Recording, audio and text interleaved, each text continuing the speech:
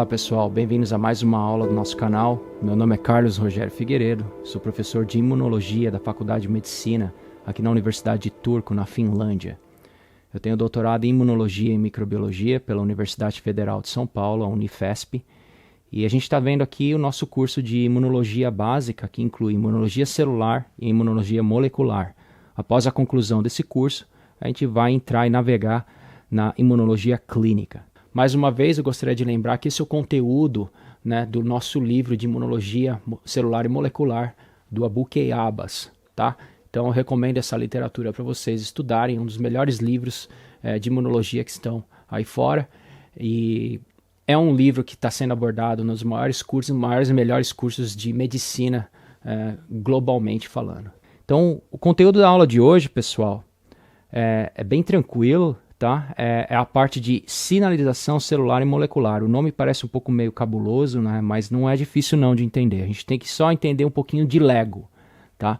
Lego, todo mundo já brincou com isso, sabe que para poder construir as estruturas lá cabulosas e bonitas, né? E é bem bacana, bem legal brincar com Lego. E existem as pecinhas que são únicas, né, do Lego. São pecinhas que vão dar aquela forma, aquela cor, aquele tamanho, aquela abertura de ângulo, aquela circularidade, né?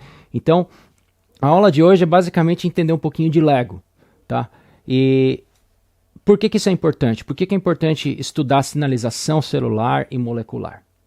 Bom, como o título da aula fala, sinalização celular, tá? A célula tenta sinalizar alguma informação para uma outra célula, tá? Isso é sinalização celular.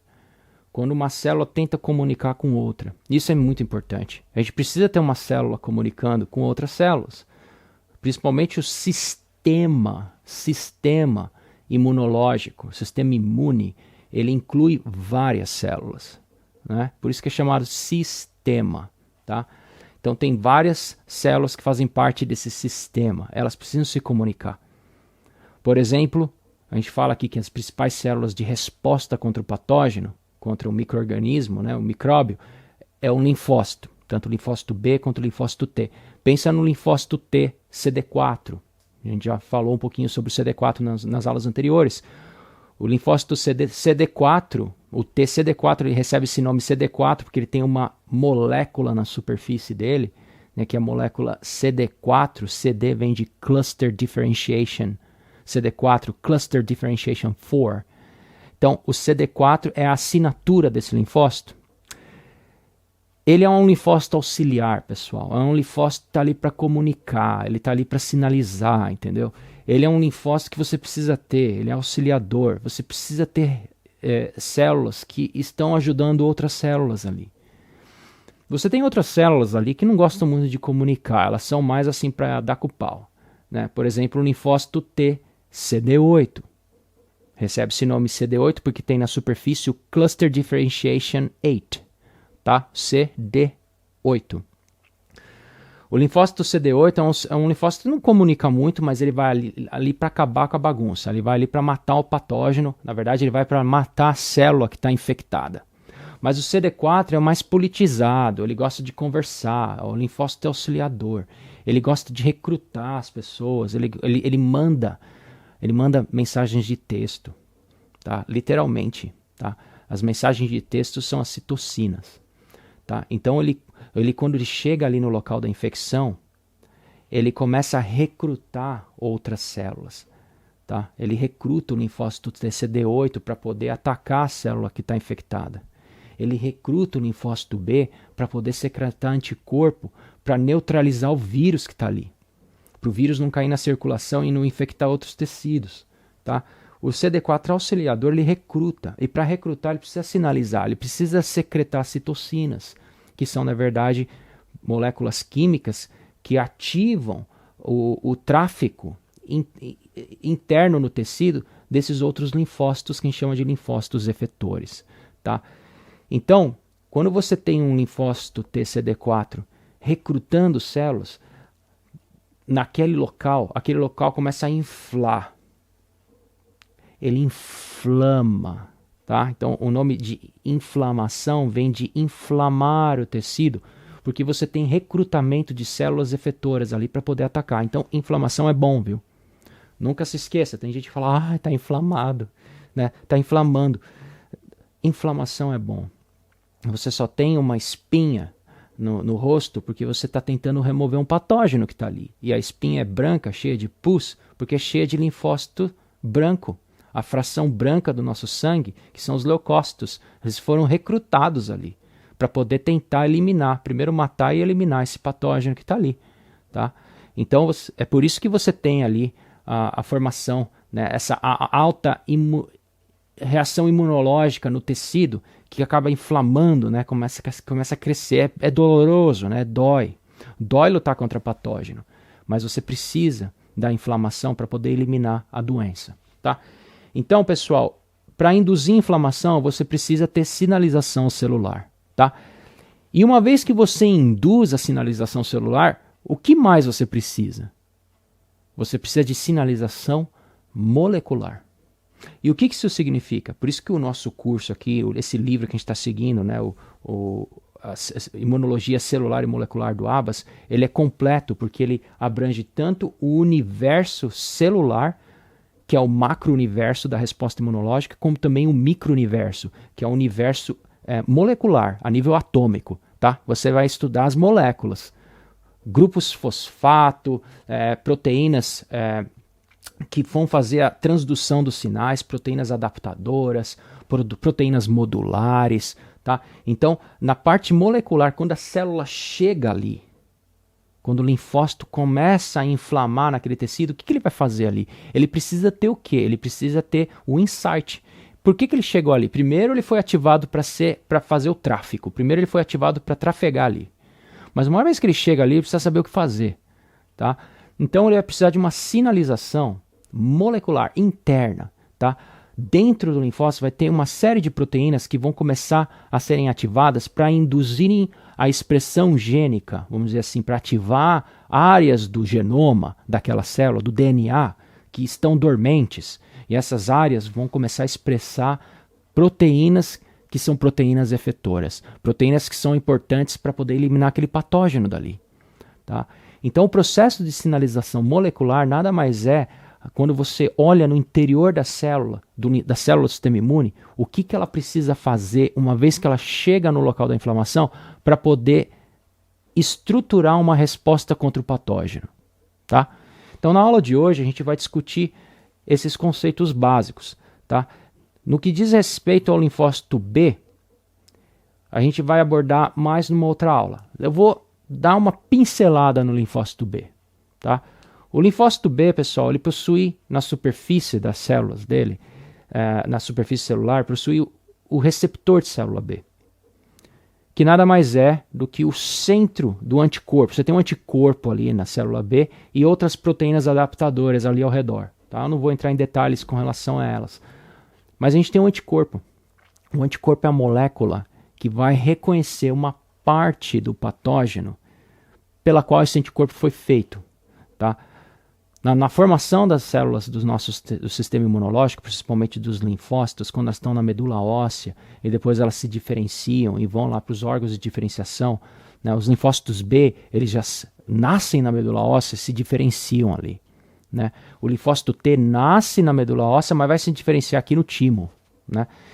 Mas nesse processo todo, né, de formação, de criação do linfócito, tá, existem recombinações genéticas no nosso DNA, nessas células, que vão permutar, né? Vão gerar variabilidade nos receptores dessas células. E os receptores que eu estou me referindo aqui são unicamente os receptores de patógenos. Tá? São os receptores pelos quais tanto o linfócito B quanto o linfócito T reconhece o patógeno. A gente tem receptores de toda sorte na superfície da célula. Tá? A gente tem receptores que não precisam modificar. Tá? Nosso corpo, nossos hormônios, né, eles precisam que os nossos receptores sejam constantes, que eles não modifiquem. Tá? Então, receptores hormonais, receptores de citocina, tá? São moléculas que são adaptadas a moléculas de açúcar, glicoproteínas. A gente tem receptores para processos bioquímicos dos mais diversos e que nunca mudam. Mas o que muda, pessoal? O patógeno muda. O patógeno, ele é formado de DNA, ele pode modificar, pode adquirir mutações, ou pode surgir de repente um novo patógeno que a gente nunca foi exposto antes. Ou pode surgir uma mutação numa célula tumoral, e mutações são infinitas possibilidades. Então, esse universo infinito de possibilidades que vem através de proteínas estruturais dos patógenos ou de uma célula tumoral, precisa encontrar também um receptor que tem potencial de variabilidade. Se os nossos receptores nas células dos linfócitos nunca modificassem, se eles não adquirissem variabilidade, pessoal, a gente só ia ter resposta imune, por exemplo, contra a influenza. A gente nunca ia ter resposta imune contra outras doenças. Nossa medula óssea produz bilhões e bilhões e bilhões de linfócitos B, linfócitos T, e esses receptores estão mutando para induzirem variabilidade. No final das contas, a gente vai ter linfócitos circulando no nosso corpo que são capazes de reconhecer coisas que não existem ainda. Pensa nisso.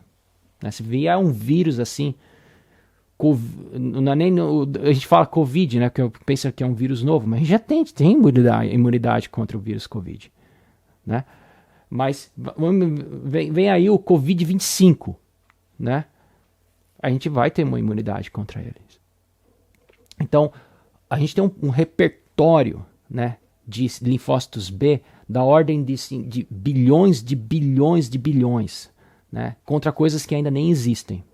Tá? Sempre vai ter um linfócito B ou T capaz de reconhecer alguma coisa. É praticamente infinita a possibilidade. Por que eu estou estressando esse aspecto para vocês? Porque o receptor da célula T, ele só vai ser ativado quando ele encontrar um ligante que seja específico a esse receptor. Do contrário, o linfócito B ou o linfócito T não vai sobreviver. Você não precisa, existe um processo de economia de energia aqui, tá? Você não precisa ficar mantendo uma célula que é inútil, né, na sua circulação, tá? Você só vai manter na sua circulação uma célula que, poxa, já foi ativada uma vez. E você está nesse planeta. Pode ser que você seja exposto a esse micróbio de novo. Aí o que acontece? Essa célula, ela se transforma em uma célula de memória. Tá? E ela vai ficar na circulação por meses e anos. Mas se não encontra o patógeno, depois de um certo tempo, a célula acaba morrendo. Tá? Por que isso é importante? Isso é importante, pessoal, porque o linfócito, para sobreviver, ele vai depender de encontrar esse patógeno em algum momento da vida dele. Ele tem uma certa durabilidade na circulação, vai ficar ali circulando. Tá? Mas ele vai realmente sobreviver quando ele encontra um patógeno. Quando ele encontra uma molécula desse patógeno. No caso, o linfócito B é um linfócito que produz anticorpos. Lembrem da resposta humoral, pessoal. Resposta humoral são anticorpos que são produzidos para neutralizar, por exemplo, vírus que estão circulando para infectar diferentes tecidos no corpo. São resposta sistêmica. Tá? Você tem anticorpos circulando no sangue para poder encontrar e neutralizar o que a gente chama de opsonizar o vírus. Tá? Então, o vírus acaba não infectando porque as partes infectivas do vírus elas estão bloqueadas com os anticorpos. Isso é uma coisa. O anticorpo também serve para ativar a resposta a complemento. Tá? A gente tem um sistema complemento que forma uma cascatinha ali de sinalização que vai induzir morte em células que estão infectadas. Tá? Ou então mesmo a citotoxicidade dependente de anticorpo. Tá? Então o anticorpo se liga no patógeno que está ali na superfície da célula e serve lá como uma âncora para poder ligar no linfócito que vai chegar ali, a célula apresentadora de antígeno, que vai induzir essa ligação para poder matar a célula que está infectada. A gente vai ver isso mais para frente. O que eu quero dizer aqui é que o linfócito B ele é ativado para produzir anticorpo. E o receptor do linfócito B também é o anticorpo. Então o anticorpo é a estrutura, é a chave que o linfócito B possui para reconhecer o patógeno, para depois liberar novos anticorpos, tá? Que vão neutralizar esse patógeno. O anticorpo, ele é capaz de reconhecer estruturas patogênicas das mais diversas. Quando a gente fala de estruturas patogênicas, a gente vamos pensar em classes moleculares, classes químicas moleculares, como lipídios, açúcares, proteínas, né, ácidos graxos e assim por diante. Então, existem proteínas que estão ainda acopladas a açúcares, que são glicoproteínas, esse complexo, né, bioquímico, esse complexo molecular, vai ter uma certa afinidade única com um determinado anticorpo. E essa afinidade, pessoal, vai induzir uma modificação tridimensional no receptor que é suficiente para, no interior da célula, induzir ou recrutarem enzimas. Tá? O que são enzimas? Enzimas são proteínas que têm funções. Geralmente são funções de...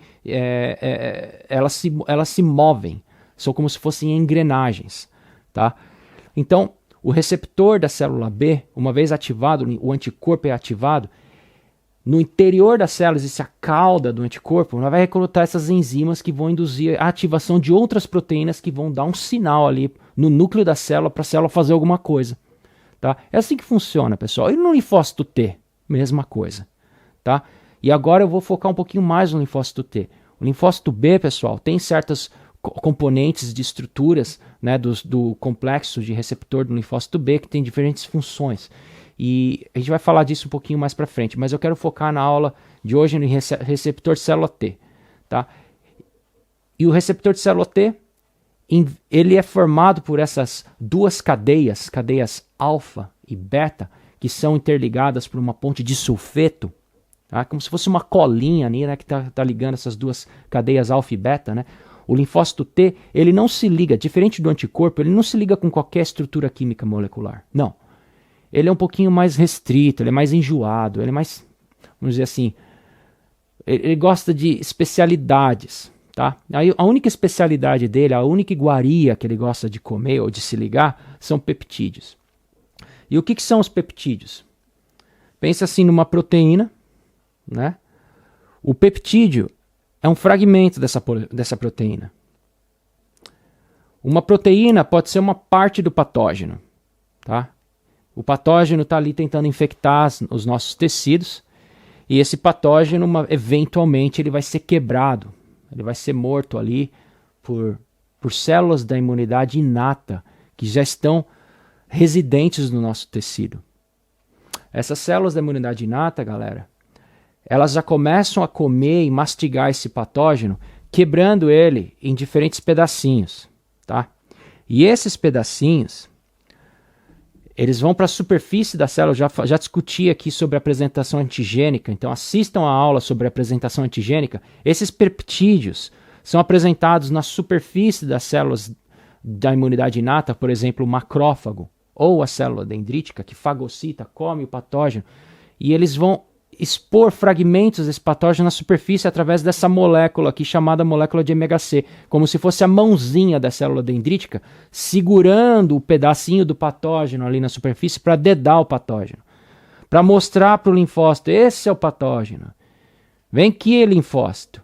Aí o linfócito vai lá com o receptor dele, no caso aqui um linfócito T.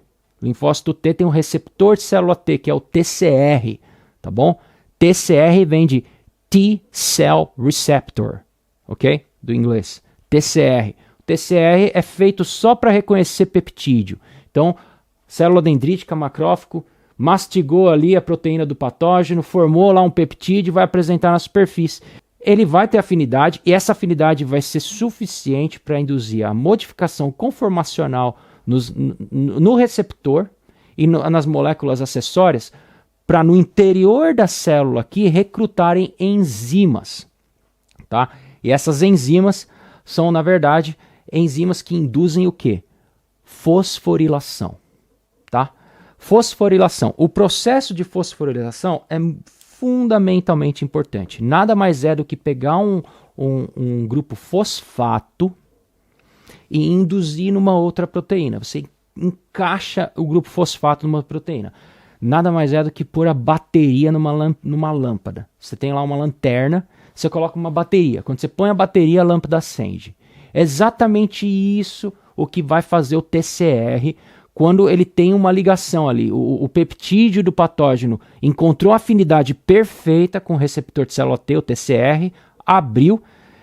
Essa ligação aqui induz assim, uma certa termodinâmica no receptor que vai ativar, vai recrutar essas enzimas de fosforilação no interior da célula. Existem afinidade química ali. E essas enzimas fosforilam, induzem, começam a colocar bateria em outras enzimas, em outras proteínas, que vão se tornar ativas. E essas outras proteínas, uma vez que são ativadas, elas vão também induzir fosforilação em outras proteínas, e assim por diante. Você tem uma cascata, digamos assim, uma escadinha, né, de ativação, que vai ativar várias proteínas. Essas proteínas começam a se juntar e formarem complexos que mais assim, elaborados, que vão ativar outros complexos, até que chegue um sinal no núcleo da célula para induzir uma certa resposta, tá? Nada mais é do que o processo de ativação do receptor na superfície é para induzir uma cascata de sinalização bioquímica para o núcleo fazer alguma coisa. Um exemplo disso, célula TCD8. Tá? A célula TCD8 é a célula citotóxica, que vai atacar células que estão infectadas com o patógeno. A célula TCD8 não mata o patógeno, ela não vai atacar uma bactéria. Ela ataca uma célula nossa que está infectada com bactéria. Tá? Ela prefere, a célula TCD8 prefere matar a nossa célula que está infectada. Por quê? Porque assim a nossa célula, pessoal, não vai produzir mais agente infectivo, não vai produzir mais micróbio, não vai produzir mais agente patogênico. Neutralizar o patógeno, deixa isso daí lá para o anticorpo fazer. O anticorpo neutraliza o patógeno. A célula TCD8 é para destruir a fábrica do patógeno. Uma vez que o vírus já infectou uma célula, essa célula agora está confusa. Essa célula agora está programada para formar mais vírus. O linfócito TCD8 ele vem para poder paralisar aquela célula, destruir a fábrica. Não tem mais volta, aquela célula não vai ser recuperada. Tá? Vamos eliminar aquela célula dali, porque aí você tem uma outra célula normal que vai ser duplicada e ocupar aquele espaço novamente. Tá?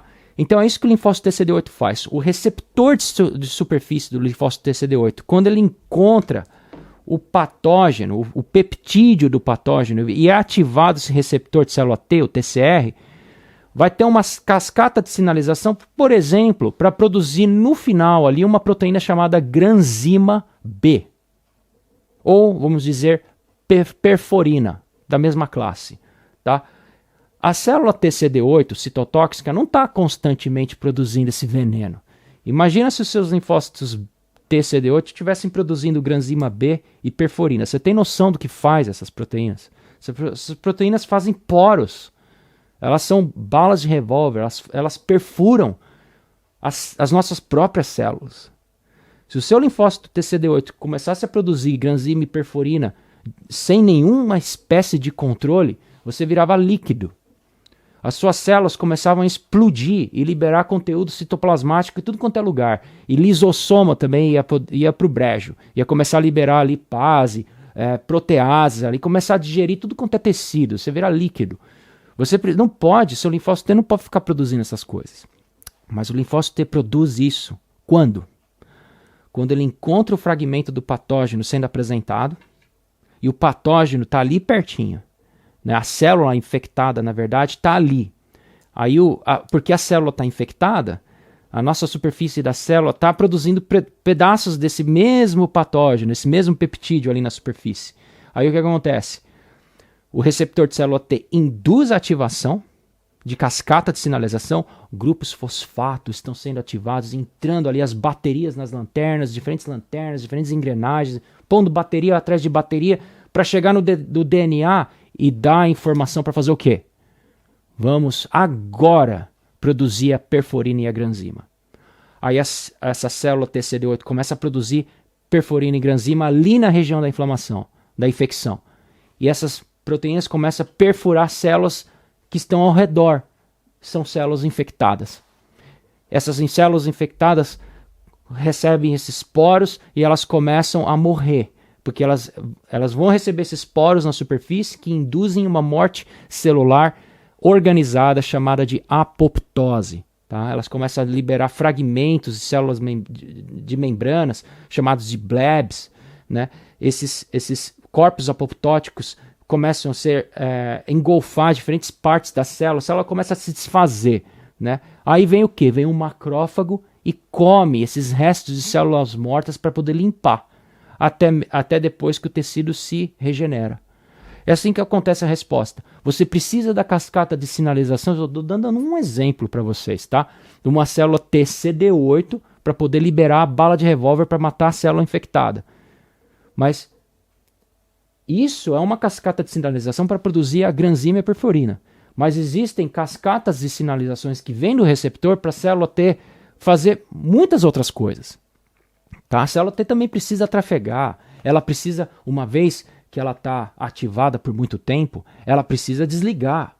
Então, a cascata de sinalização, quando está ativada por bastante tempo, vai começar também a ativar outra cascata de sinalização, que é um processo regulatório. Tá? Começa a expor lá proteínas adaptadoras e receptores na superfície, que são receptores de regulação. A gente vai ter uma aula específica sobre isso, são os checkpoints imunológicos. Tá? Guarda esse contexto aí para depois. Mas a célula, ela está vivendo aquele momento ali de infecção, mas ela não vai ficar para sempre ali infectando.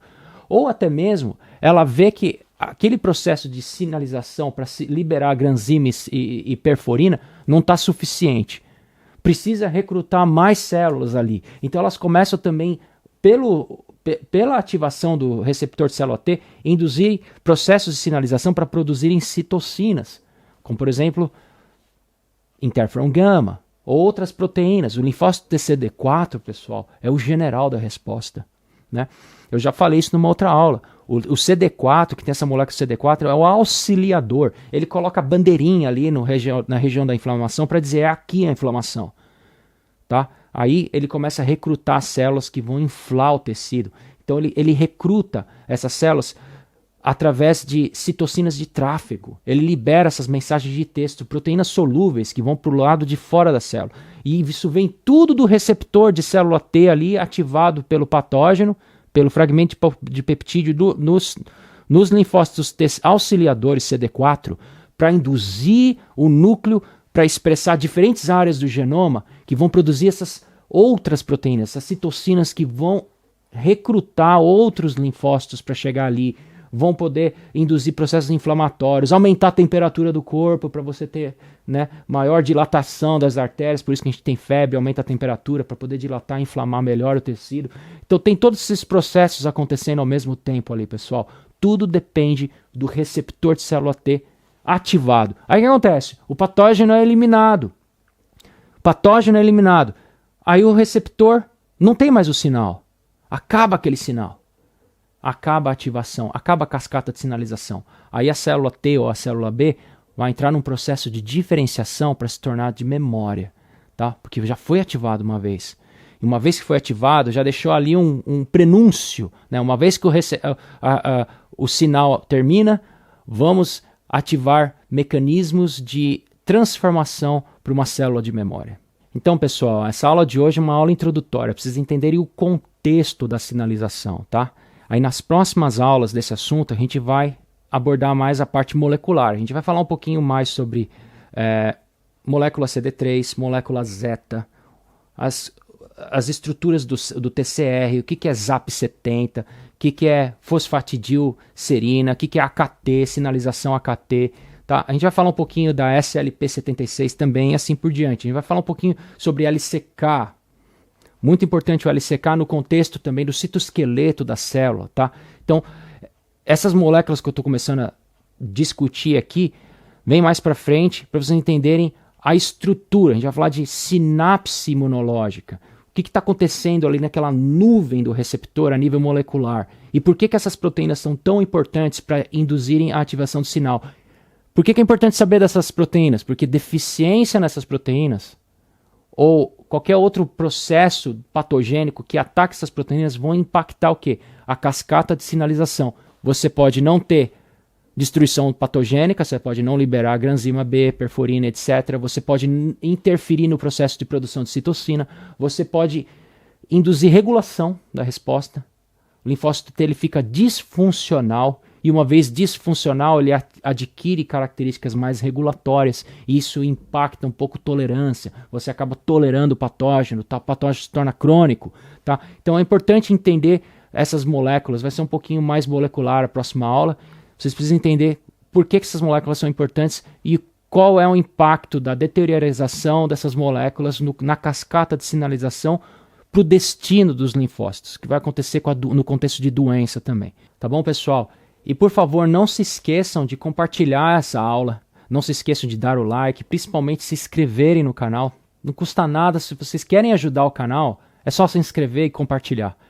E vocês me ajudam a crescer o canal. E o canal crescendo, eu posso fazer mais vídeos, eu posso avançar ainda mais no conteúdo do livro para poder ensinar para vocês de uma forma mais mastigada toda essa ciência nova de imunologia que tem, 60 anos, né? Comparado com a medicina tradicional, a medicina tem mais de 5.000 anos, mas a imunologia, como ciência aplicada mesmo, molecular, é muito nova e é muito difícil. É uma área do conhecimento que engloba tudo que vocês podem imaginar. Biologia celular, biologia molecular, bioquímica, biofísica, química orgânica, química inorgânica, todo o processo de sinalização molecular, todo o processo de resposta imunológica sistêmica, comunicação de tecidos, hormônios, tá? Galera, farmacologia entra para poder modular a resposta imunológica através de drogas biológicas. A gente vai discutir imunoterapia aqui mais para frente, tá? Imunoterapia para doenças infectivas, imunoterapia para câncer, imunoterapia, pessoal, para doenças autoimunes. O que é autoimunidade? Por que o nosso sistema imunológico luta contra os nossos próprios tecidos? Tá? Então, é muito complexo. É uma ciência que incorpora todas as áreas do conhecimento médico em um único baú.